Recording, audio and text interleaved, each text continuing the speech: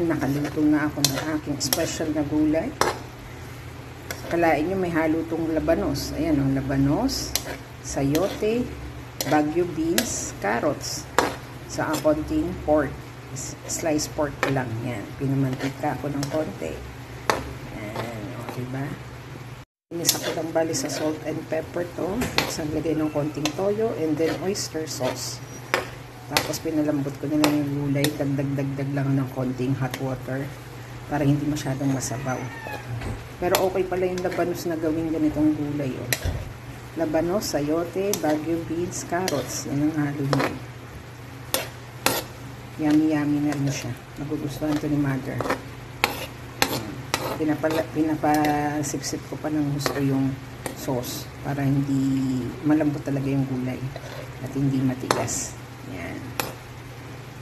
Tatakpan lang natin para ma-maintain niya yung minute at mapalambot pa natin ng gusto yung gulay natin. Ito na yan eh. So, over